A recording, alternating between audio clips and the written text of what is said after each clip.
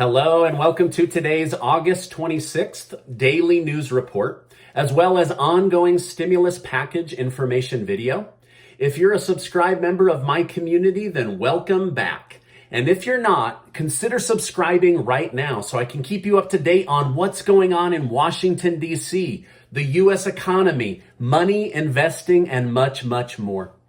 All right, this is your daily reminder that the $10,000 giveaway is ending in just a few days. So make sure to follow the link and go get your name and email entered. I don't sell that to anybody. I don't abuse it in any way. I just pick the winners, and there's going to be 5 that win $1,000 and 20 that win $250.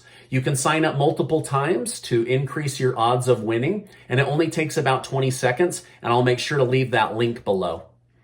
All right, now near the end of my video, I'm going to share a crazy, odd discovery at the end of this video, and I definitely want to hear from you in the comments on what you would do if this happened to you.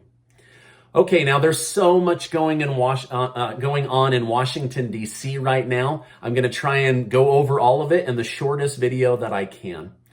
All right, now with the vote now passed in the House on the $3.5 trillion stimulus package, House Speaker Nancy Pelosi is now switching gears on everything that she's been telling her party over the last couple of days.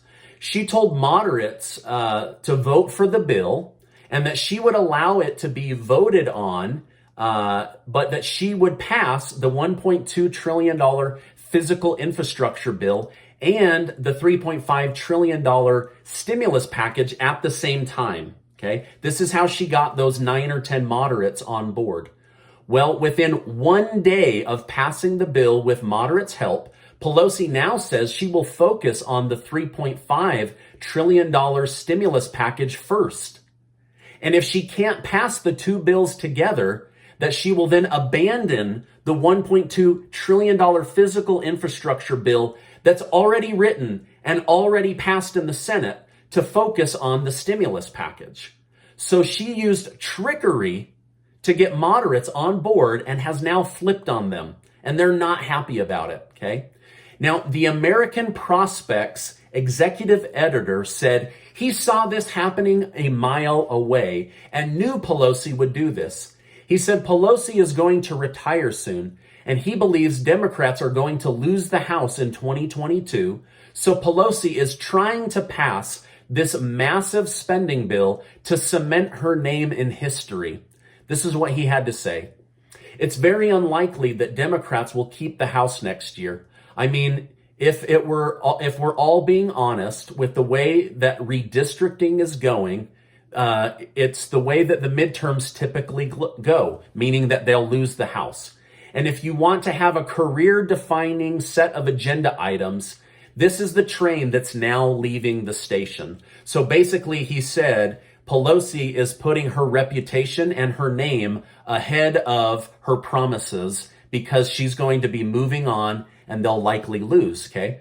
Now, I believe that this particular editor is a Democrat, and he's worked with Pelosi for a long time, but I'm trying to give context to why she has switched gears in the last 24 hours. So the $3.5 trillion stimulus package could be the first package that's worked on. Even though the other one's already in writing and it's already been passed, she is going to shelve the $1.2 trillion infrastructure package that, as of right now, does more to help the American people than the $3.5 trillion package. So she's totally ripped the rug out from her moderate party members. Now, we still don't know exactly what will be in the $3.5 trillion stimulus package, but according to Pelosi, they are going to hold tight to the $3.5 trillion price tag, regardless of what is in the bill. So she says, we know we want to spend $3.5 trillion. We just don't know on what yet, right? So they're kind of just making it up as they go, it seems. Now, I don't know how they could raise this from 1.7 trillion up to 3.5 trillion and not include a stimulus check for the people, right? Like, how do you increase a spending bill by more than double, right? $1.8 trillion is a massive number. None of that will be used to help with future rents. None of that will be sucked up to go towards pandemic EBT. None of that 3.5 trillion will go towards unemployment, as Biden just announced that he's ending that.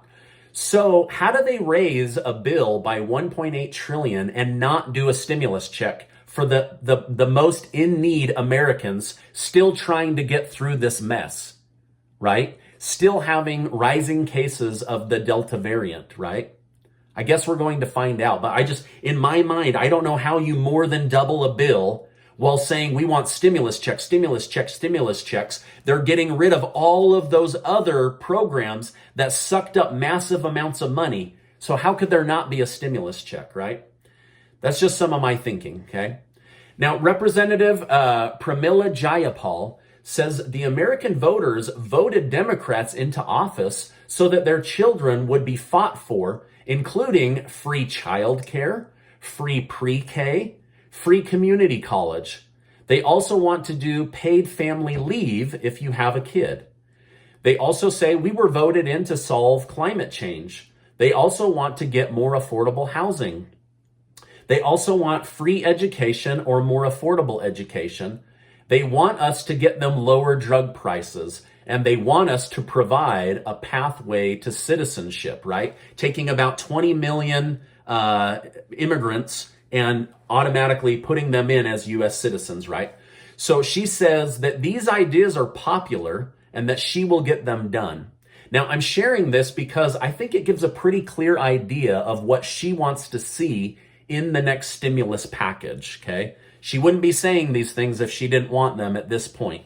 So she's saying, hey, this is what the American people want Democrats to do. All this free stuff and all of these different programs. Now, I know that many of you are going to put in the comments, Stephen, none of this is free. It has to be paid for by somebody, the taxpayers. And I want you to know that I'm 100% aware of this, right? But these are the politicians' ideas. And so I'm trying to stick to as close to their own words and verbiage so that you're hearing their ideas, not mine. I hope that makes sense, right? So when I present it this way, it's because that's how they presented it, not me. Okay, I hope that makes sense. All right, now Representative Ayanna Pressley says she will be presenting a plan here in the next few days to help older Americans. Okay.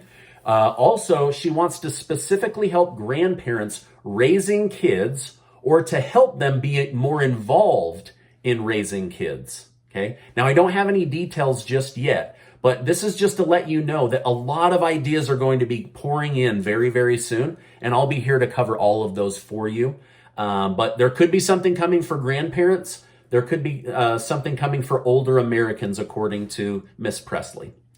Okay, for those of you trying to access the rent assistance money for you or your landlord, I wanted to let you know some good news. According to the Treasury Department, they announced that they have now distributed 11% of the $46 billion set aside by President Trump and President Biden. So that money is now going out at a faster rate, it appears. So don't give up. If you're fighting for that money, you're dealing with your landlord. If you're a landlord, just know they're trying to get that money out faster, okay? So that was some good news. All right, by the way, thank you guys so much. I just want to tell you how much I appreciate you giving these videos a like. And I just love, love, love bringing you guys the news, good or bad. All right, now breaking news right now. There have been multiple suicide bombs that have gone off in Afghanistan. One of them was at the gates of the airport where all of these people are gathering, just desperate to try to escape the tyranny that's about to come down on them. The other location was a hotel where it was known that a lot of American citizens were hiding and staying as they tried to find safe passage to the airport. Now, sadly, several U.S. military soldiers were killed in the first blast, as well as a few American and Afghan citizens. We don't know the final details yet. I'm not going to show you the pictures that were sent to me by contacts or people that I follow. They were bloody, and I don't want to show it. It was a really horrific scene. But according to a New York Times report that came out just before I came on, there's at least 40 dead and over 120 wounded as of right now. I'm sure that number is going to go up. It could be much, much more, but that's the details that I have for you right now. Now, the blast at the hotel appears to be have inflicted even more damage and potentially more deaths, but I didn't have a final number before launching this broadcast. It appears that the situation in Afghanistan continues to worsen, and there are only a few days left to get American citizens out of there. Now, the country of Turkey announced that they are pulling out all of their military people from this mess, and they blamed the United States for leaving people unsafe. So there's a lot of backlash coming from countries that we've been partners with in the past. Mitch McConnell and Representative Madison Cawthorn have told the president to say, to hell with the August 31st deadline, stand up to the Taliban and get our people home. So there's a lot of people that are just trying to put pressure on President Biden to do more. The last 2 or 3 broadcasts or public messages that President Biden has put out, he has not answered any questions. He just turns from the pulpit and walks away. So a lot of people are very, very frustrated with the handling of this situation. In fact, today, Democrat Representative Adam Schiff, who sits on the Intel Committee, said this looks like a military planning failure and believes that thousands of Americans are about to be left behind. I hope that is not the case. I know that they're working round the clock. Maybe you've seen there's just airplanes landing, filling up, and taking off. Sadly, it seems more Afghans are being evacuated than Americans. A lot of Americans are trapped in their homes. They're terrified to try to go through the streets with their children. They're being blocked and beaten up. Their passports are being confiscated. So it's an ugly situation out there. All right, let's end this on a little bit lighter news. It's been hard for me to cover this heavy news stuff. But I can't shy away from what's really going on. Okay, now, if you enjoy home renovation shows as much as our family, then you've probably seen episodes where the contractor or the family peels back the old carpet only to reveal pristine hardwood floors, right? Well, a family recently pulled back the carpet on their 1950 Rambler home only to find a life-sized Monopoly board. It looks as if the family that owned this home about 60 years ago had hand-painted a Monopoly board on the floor to play with their kids and family friends. Now, the new owners were totally shocked, and now they don't know what to do, right? Like, do they keep this as an iconic uniqueness about this 1950s home, or do they try to sell it? Do they demo it and just say, hey, wow, what a great surprise. We're going to move on and put in the floors we want. Let me know in the comments, what would you do if you tore up the carpet and found a life-size Monopoly board from the 1960s? Would you tear it out? Would you try to preserve it and sell it on eBay or the internet? Or would you just say, this adds a lot of unique character to this home and we're going to keep it, right? Let me know your reaction, and please, please, please let me know your thoughts in the comments on this. I love hearing from you guys, and I read the comments. I don't always have time to get back to everybody.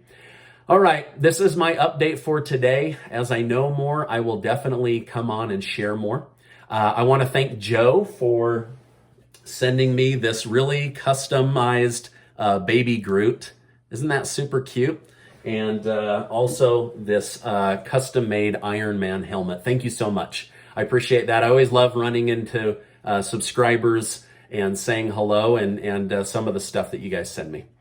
All right, now before you go, do make sure to sign up for that giveaway that's ending here in just a few days. I'm so excited to give away that money. I'm going to try to record the reaction of some of the winners just so that I can share it with you guys here on the channel. I'll make sure to leave a link below. I know a lot is going on in the country right now, both at home and abroad. down at the border, and also with, the stimulus packages and different things like that. Keep your heads up. I'm going to continue to bring you all of the very best information that I can. I appreciate each and every one of you being members of the community. And I just want to remind you that you are amazing. Don't forget that. Never, never, never forget that. Hey, I'll see you on the next video.